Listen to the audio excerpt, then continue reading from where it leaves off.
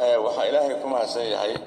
qalliino cusub oo noo soo kordhay oo muddo dheer aan olayn xalkooda waa ogtiina dadku markay indhabeelaan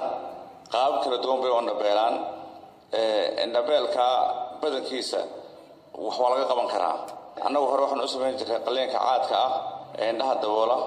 oo sanadkiiba ilaa 3,000 qof lagu qalo hospitalka Hargeysa laakiin waxa jira qayb ka duwan oo ah marka wiilkan madow wiilka soka ee madow oo cadaado ishii oo xagga dambe ka fiyo marka iftiinkii ma gaariyo halkii loogu talagalay shabakada aragga ahayd sida awgeed wax dhacaysa qofkii in aragga uu ka tago qofkaas halkiis waxa weeyaan in loo sameeyo corneal transplant qaybtii cadaatay in dib loo beero taasoo ah in qof dhintay isha qaybta madow laga soo jaro qofkan bukaanka ana intiisa cad la jaro oo la tuuro oo intii madowed qofkan lagu talo marka imisa qof baad u sameyseen arintaas oo kale oo aad ishaasi wiilkii madooba aad dhexgeliseen isha inteedii kale oo qof kale oo dhintay oo kale laga keenay ilaa hadda 7 qof aan u sameynay waxa kale noo diiwaan gashan 10 qof oo dambe waa noo diiwaan gashan tahay 7 qof xaalkoodu waa sidii 7 qof hospitalka waxay joogeen maartay 10 saacadood shalay subaxna waa la fasaxay dhamaantood iyagoo aragooda wanaagsan yahay ayaa la fasaxay waa la socon doonaa ma la hospitalka iman doonaan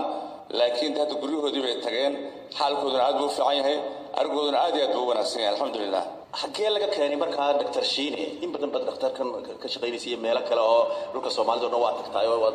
khibradna wad u leedahay xaqan indhaha iyo cudurrada ku dhaca marka dadkan yaa ugu deeqay indhahan halkan dad intii aad ka saarteen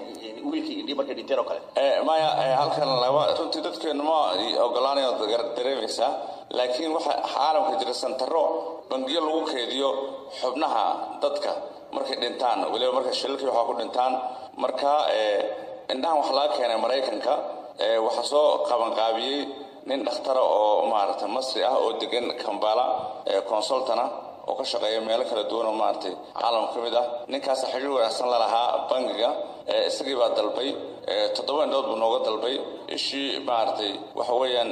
$1,000 ayay maartay ish joogtaa kaligeed halkii waxa joogta $1,000 marka Mareykan laga keenayo indhaha marka iyagoo fresh ah waxa la doonayaa 4 cisho gudahood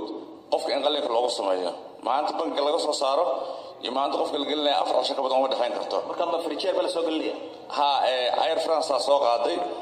dhakhtarku wuxuu ka soo duulay Kampala Djibouti maartay ka guddoomay Air France isla markii diyaaradii ku xigtay ku soo noqday Ethiopian Airlines subaxii dambena uu noo yimid iyadoo 3 cisho ay maartay indhuhu ay ka soo maqnaayeen bangigii waxaan la hadalay maamulka madaarka Hargeysa managerka runtii aad noola shaqeeyay team buu noo saaray hawsha dedejiya si aanay indhahaasi ugu raagin airportka oo aanay maartay kulli wax u dareemin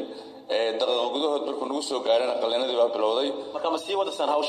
hawshan joogta noqon doonta insha Allah bil walba waxa weeyaan waa la sameyn doonaa insha Allah dadka lacag badan bay ku qaadan jirtay baa dadku runtii lacag aad fara badan ku qaadan jirtay laakiin hadda qiimuhu wuxuu noqonayaa $2,000 kun iibka isha ah iyo kun kharashaadka marka hawshan waxa weeye markii ugu horeysay geeska Afrika laga fuliyo xaqiiqo ahaan waxa dad fara badan oo u cadilan arrintan ayaa ka faa'iideysan doona gobolada dalka dhan waartay dadkaas way joogan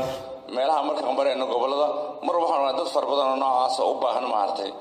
indhaha in qaabka loogu sameeyo marka runtii waa horumar weyn oo noo soo kordhay Ilaah baan ku mahadle waxaan noqonaysaa mid joogto ah loogu sameeyo hospitalka meelaha la Hargeysa